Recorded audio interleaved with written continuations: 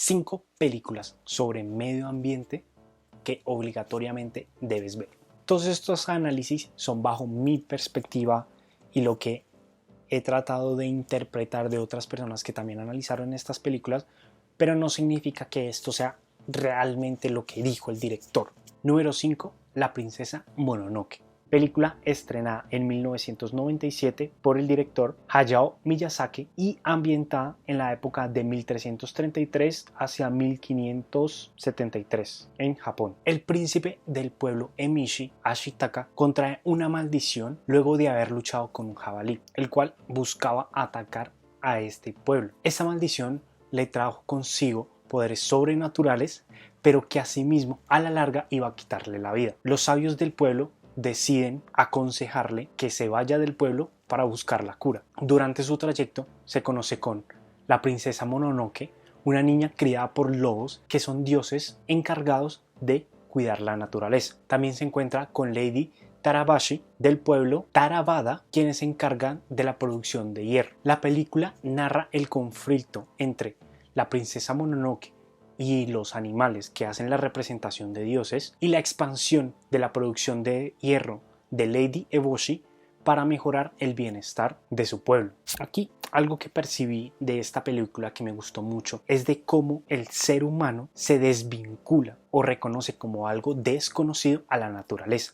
Simplemente por el hecho de llamarnos seres humanos nos hace que dividamos entre aquello que es ser humano y aquello que es naturaleza. Entonces en este caso Lady Eboshi, priorizando el bienestar de su comunidad, arrebasada con toda la naturaleza con el objetivo de incrementar la producción de hierro. Y ese es el problema que tenemos actualmente. No nos reconocemos como la naturaleza, sino la reconocemos como algo ajeno a nosotros, cuando realmente nosotros somos naturaleza y no en un sentido hippie así de paz y amor, sino realmente nosotros somos naturaleza. Por tal motivo, cuando decimos salvar a la naturaleza, realmente lo que queremos decir o lo que deberíamos decir es salvarnos a nosotros mismos de nosotros mismos. Literalmente es la naturaleza salvándose a sí misma de sí misma. Esto hace que no sigamos teniendo este concepto de seres humanos individuales, autónomos, dependientes únicamente de nosotros mismos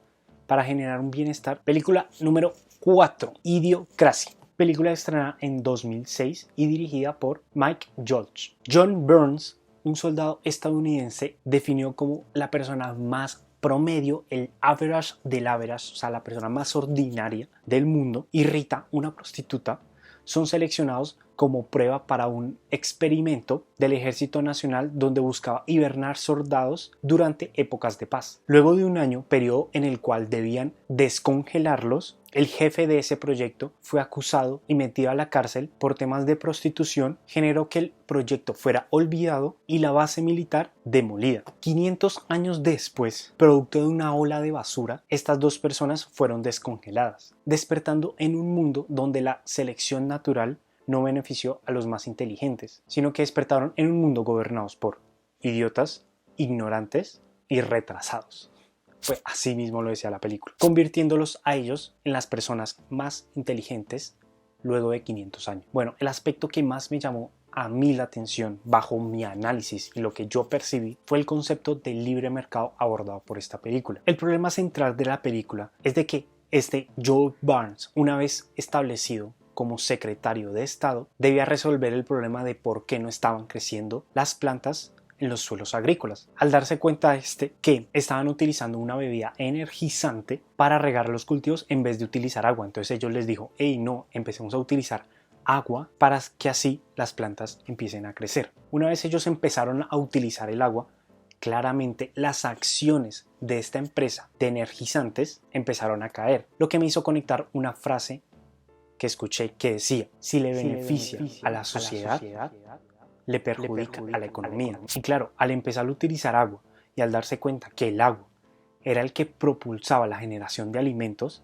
las acciones de una bebida energizante que se había esforzado por mentir, por realizar investigaciones que impulsaran datos falsos referentes a lo saludable que era esta bebida energizante, pues generó simplemente que sus acciones bajaran. Y aquí esto es fundamental. La intervención del gobierno o del Estado para reducir la contaminación ambiental es crucial, dado que las empresas en sí son amorales, es decir, están fuera de la moral. El objetivo principal de una empresa bajo este sistema, bueno, en general, es de maximizar las ganancias. Claramente la empresa va a hacer todo lo posible por aumentar ese margen de utilidad de la empresa. Y adicional a esto, claramente, o sea, las empresas, para que subsistan, debe existir un consumo. Y si las empresas son las que controlan todos los medios, en este caso científicos, pues claramente se va a enfocar únicamente la ciencia para aumentar el consumo de su mismo producto. Por eso en la película se ve que las mentes más brillantes del momento se enfocan en hacer drogas y sabores de gaseosas. Película número 3. Snowpiercer. Película estrenada en 2013 y dirigida por Bong Joon-ho, que también fue el director de esta película de Parasite. En 2014, como una estrategia para reducir el calentamiento global, se decide aplicar un compuesto en el cielo con el objetivo de reducir la temperatura de la Tierra. Sin embargo, esto llevó a que se presentara una nueva era glacial que casi que extermina a toda la humanidad. Los únicos sobrevivientes se encontraban viviendo en un Snowpiercer, un tren que giraba alrededor del mundo y creado por el magnate multimillonario e inventor Wilford. Para 2031, ese tren estaba dividido por clases sociales. En la parte delantera se encontraban las personas más adineradas en el tren, con las mayores habitaciones, los mayores lujos y los mejores lugares de entretenimiento.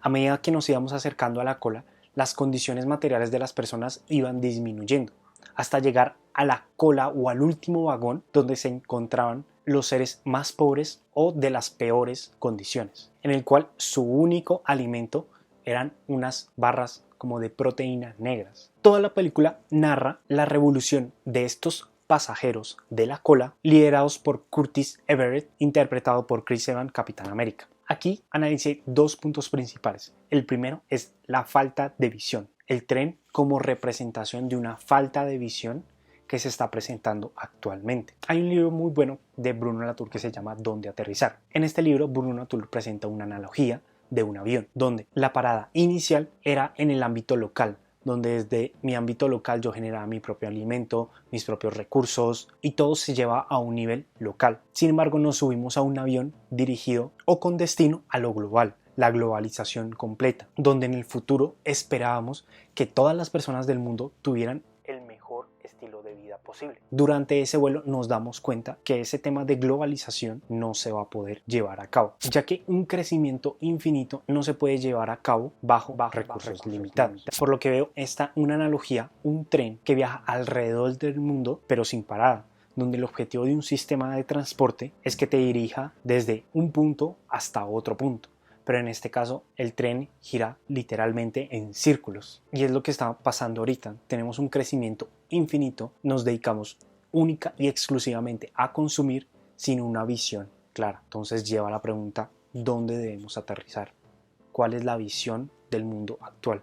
¿Hacia dónde nos dirigimos en este tren? El segundo punto que me gustó o que yo vi en esta película fue el de analizar el tren como el sistema económico actual conocido como capitalismo. El objetivo principal de las personas que vivían en la cola era atravesar todos los vagones hasta llegar a la cabecera del tren. Y en la película, durante ese transcurso, conocen a dos asiáticos. Estos asiáticos constantemente cuando iban avanzando los vagones se fijaban en el exterior, en lo que mostraban las ventanas. Lo que yo pude percibir ahí, que considero que es lo que quería mencionar el director, era que estamos inmersos en un sistema en el cual únicamente queremos escalar y donde únicamente nos vemos desarrollados en ese sistema sin ver diferentes alternativas. Entonces el tren podría hacer mención al sistema que estamos llevando a cabo y el exterior o el ver hacia las ventanas sería como una analogía frente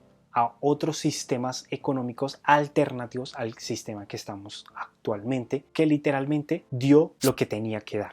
Entonces creo que esos dos análisis que podrías ver, que es, no hay una visión de un tren que gira alrededor del mundo, y dos, únicamente creemos que hay desarrollo, que hay crecimiento bajo este sistema capitalista, creyendo que en el exterior, en las ventanas, existiría únicamente el fracaso o la muerte. Si te gustó este video, pues dale me gusta, o sea, compárteselo a alguien con que quieras ver una película, que son buenas, o sea, son buenas películas. Y si puedes, coméntame qué otra película también trata el tema de medio ambiente.